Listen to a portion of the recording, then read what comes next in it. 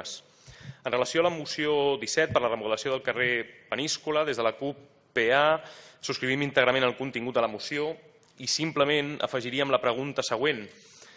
Si aquest carrer estigués situat als barris, per exemple, de Santa Eulàlia, a la zona de la plaça Europa, o al barri del centre, per exemple, es trobaria aquest tram del carrer en la situació que es troba actualment. Aquest tram de carrer, el que està a tocar del número 8 del carrer Peníscola. Segurament aquest tram de carrer ha tingut la mala sort d'estar força amagat a una zona de Can Serra força desconeguda.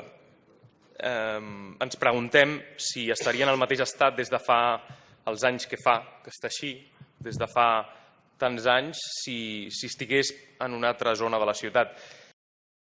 Nosaltres ja els indiquem que votarem en contra de la moció i ara explicarem les raons. En primer lloc, esta moción tiene un primer atendido que dice que hay una ausencia de inversiones total por parte del Gobierno municipal en la calle Peñíscola. Yo les quiero recordar que la calle Peñíscola, y así se lo indiqué a todos los grupos en la Comisión Informativa de Presidencia, es una calle que ha recibido en los últimos mandatos importantísimas inversiones.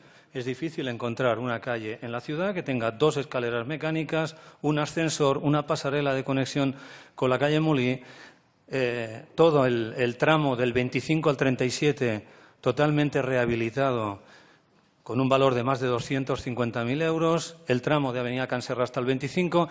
Es que decir que hay ausencia de inversiones en la calle y olvido histórico me parece que es quizá una desmemoria por parte de los representantes de los grupos municipales o un desconocimiento de lo que en esa calle se ha hecho en los últimos años.